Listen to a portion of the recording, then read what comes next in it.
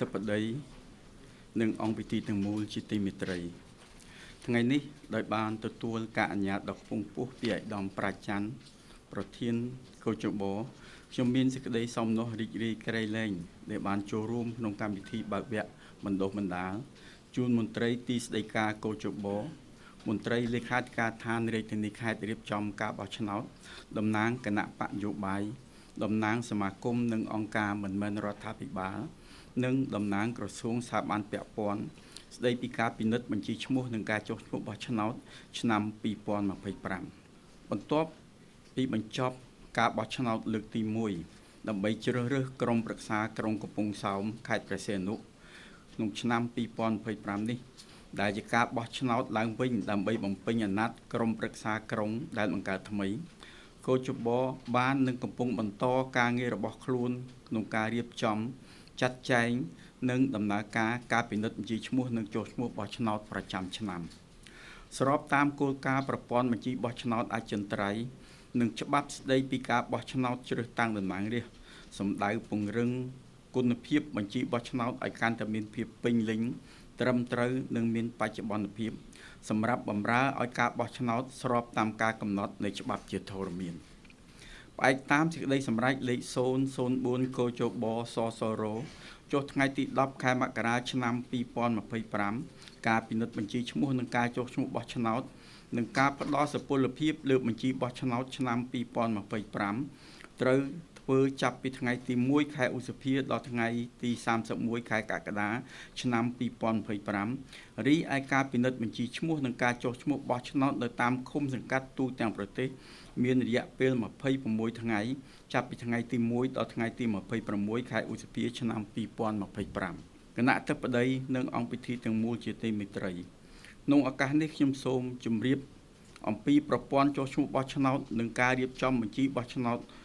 ចំនួន3ធំដែលត្រូវបានប្រើជាសកលរួមមានទី1ប្រព័ន្ធបញ្ជីបោះឆ្នោតមានរយៈពេលកំណត់ periodic list បញ្ជីនេះច្រើនប្រើសម្រាប់ប្រទេសទើបរៀបចំការបោះឆ្នោតជាលើកដំបូងនិងត្រូវរៀបចំក្នុងរយៈពេលខ្លីមុនពេលបោះឆ្នោតការរៀបចំបញ្ជីតាមប្រព័ន្ធនេះត្រូវការចំណាយថវិកាច្រើនព្រោះបញ្ជីនេះប្រើ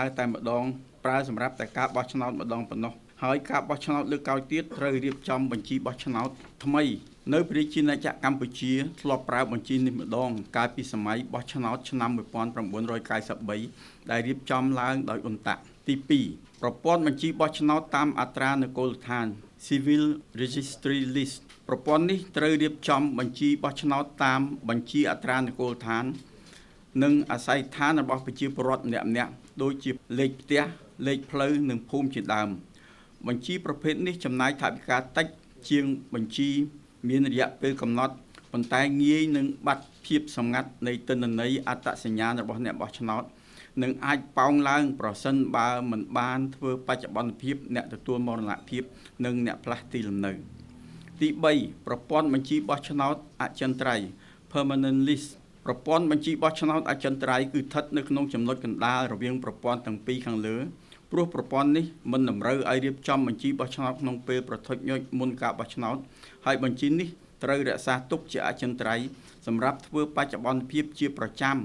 តាមការកំណត់នៃច្បាប់សម្រាប់បម្រើឲ្យការបោះឆ្នោតលើកក្រោយទៀតខ្ញុំសូមរំលឹកអំពីប្រវត្តិខ្លះពាក់ព័ន្ធនឹងការរៀបចំបញ្ជីបោះឆ្នោតនៅព្រះរាជាណាចក្រកម្ពុជាយោងតាមច្បាប់ស្តីពីការបោះឆ្នោតជ្រើសតាំងតំណាងរាស្ត្រឆ្នាំ1997កោជបរៀបចំធ្វើការចុះឈ្មោះបោះឆ្នោតថ្មីទាំងស្រុងនៅឆ្នាំ1998សម្រាប់បម្រើឲ្យការបោះឆ្នោតជ្រើសតាំងតំណាងរាស្ត្រនីតិកាលទី2បន្ទាប់មកនៅឆ្នាំ2001យោងច្បាប់ស្តីពីការបោះឆ្នោតជ្រើសរើសក្រុមប្រឹក្សាគុំសង្កាត់ឆ្នាំ2001កោជបបានរៀបចំធ្វើបច្ចុប្បន្នភាពបញ្ជីឈ្មោះអ្នកបោះឆ្នោតនិងការចុះឈ្មោះបោះឆ្នោតជាលើកដំបូងដោយក្រុមចុះឈ្មោះបោះឆ្នោតផ្អែកតាមបញ្ជីបោះឆ្នោតឆ្នាំ1998សម្រាប់បម្រើឲ្យការបោះឆ្នោតជ្រើសរើសក្រុមប្រឹក្សាគុំសង្កាត់អាណត្តិទី1ឆ្នាំ2002ក្រោយមកច្បាប់ស្តីពីការបោះឆ្នោតជ្រើសតាំងតំណាងរាស្ត្រត្រូវបានធ្វើវិសោធនកម្មហើយការពិនិត្យបញ្ជីឈ្មោះនិងការចុះឈ្មោះបោះឆ្នោតត្រូវបានអនុវត្តជារៀងរាល់ឆ្នាំដោយក្រុមប្រឹក្សាគុំសង្កាត់ ស្មានឃុំសង្កាត់ចាប់តាំងពីឆ្នាំ2003រហូតដល់ឆ្នាំ2014ដែលការចុះឈ្មោះបោះឆ្នោតនោះគឺត្រូវចុះឈ្មោះដោយដៃរួចបញ្ជូនបញ្ជីឈ្មោះមកបញ្ចូលទិន្នន័យនៅមជ្ឈមណ្ឌលកុំព្យូទ័រនៅថ្នាក់ជាតិដើម្បីរៀបចំជាបញ្ជីបោះឆ្នោតបន្ទាប់ពីការបោះឆ្នោតជ្រើសរើសតំណាងរាស្ត្រជ្រើសតាំងតំណាងរាស្ត្រនីតិកាលទី5ឆ្នាំ2013ការចុះឈ្មោះបោះឆ្នោតនិងការបោះឆ្នោតត្រូវបានធ្វើកំណែតម្រង់និងធ្វើទំនើបកម្មមួយកម្រិតថែមទៀតតាមរយៈការធ្វើវិសោធនកម្មរដ្ឋធម្មនុញ្ញនិងការអនុម័តច្បាប់ស្តីពីការបោះឆ្នោតជ្រើសតាំងតំណាងរាស្ត្រឆ្នាំ2015ហើយតម្រូវឲ្យកោជបធ្វើការចុះឈ្មោះដើម្បីរៀបចំបញ្ជីបោះឆ្នោតថ្មីនៅក្នុងឆ្នាំ2016តាមប្រព័ន្ធកុំព្យូទ័រតាំងពីឃុំសង្កាត់ដោយក្រុមចុះឈ្មោះបោះឆ្នោតនិងដោយបញ្ចូលការដៅសម្គាល់អត្តសញ្ញាណដែលមានតែមួយគត់សម្រាប់អ្នកបោះឆ្នោតម្នាក់ៗដូចជារូបថតស្នាមម្រាមដៃឬការដៅសម្គាល់ផ្សេងទៀតបញ្ជីបោះឆ្នោតឆ្នាំ2016ដែលត្រូវបានធ្វើការពិនិត្យបញ្ជីឈ្មោះនិងចុះឈ្មោះបោះឆ្នោតជារៀងរាល់ឆ្នាំត្រូវបានប្រើសម្រាប់ការបោះឆ្នោតជាបន្តបន្ទាប់ក្នុងនោះមានការបោះឆ្នោតជាសកលចំនួន4លើករួចមកហើយព្រមទាំងត្រូវបាន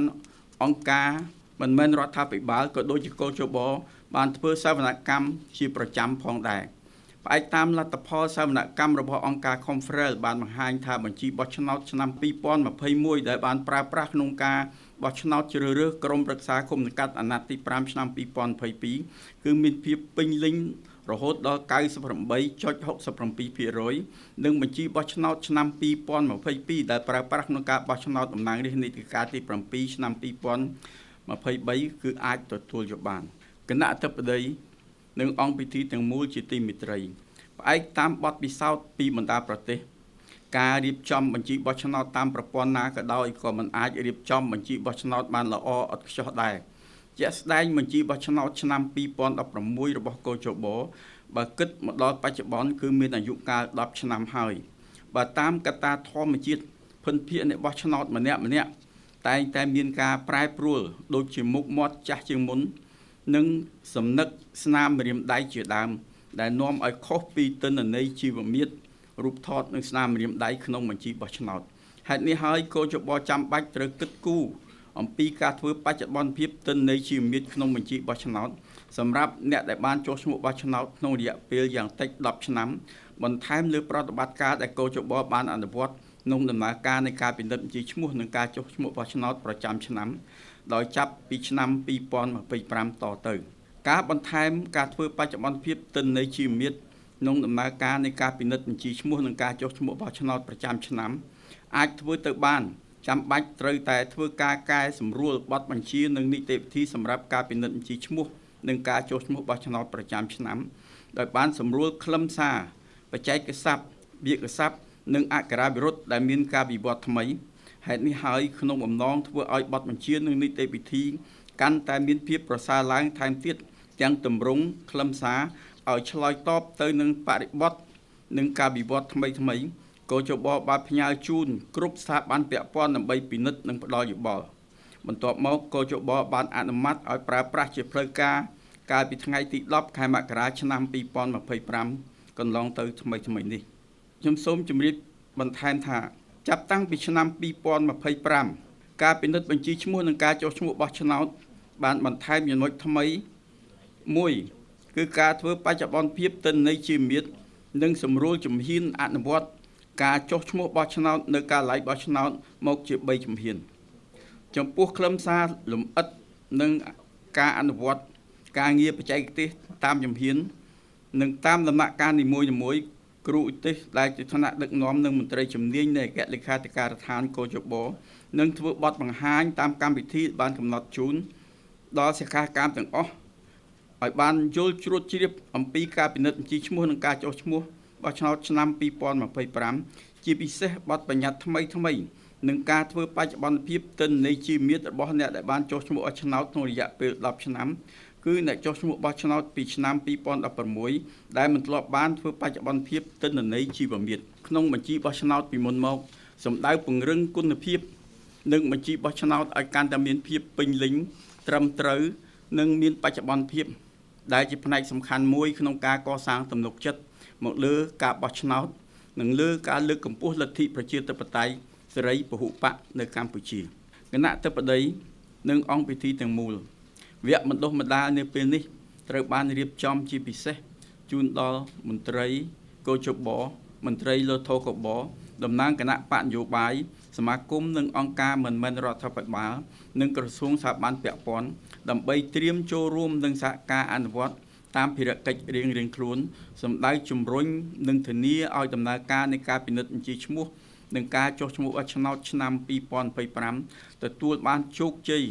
គោរពតាមច្បាប់បទបញ្ជានិងនីតិវិធីនិងលិខិតបទដ្ឋានគតិយុត្តផ្សេងទៀតជាធរមានមុននឹងបញ្ចប់ខ្ញុំសូមណែនាំដល់គ្រូទស្សនាមទាំងអស់សូមយកចិត្តទុកដាក់ធ្វើបទបង្ហាញដោយពន្យល់និងបកស្រាយចំណុចនីមួយៗឲ្យបានច្បាស់លាស់ក្បោះក្បាយនិងតាមវិធីសាស្ត្រងាយដើម្បីឲ្យសិក្ខាកាមឆាប់ចាំនិងឆាប់យល់ទន្ទឹមនេះខ្ញុំសូមលើកទឹកចិត្តដល់សិក្ខាកាមទាំងអស់សូមចូលរួមក្នុងវគ្គបណ្ដុះបណ្ដាលនេះឲ្យបានពេញលេញ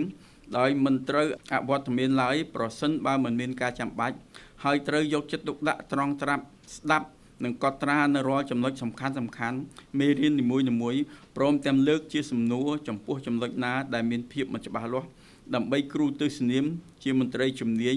ឬថ្នាក់ដឹកនាំនៃអគ្គនាយកដ្ឋាននិងអង្គភាពជំនាញធ្វើការបំភ្លឺជូន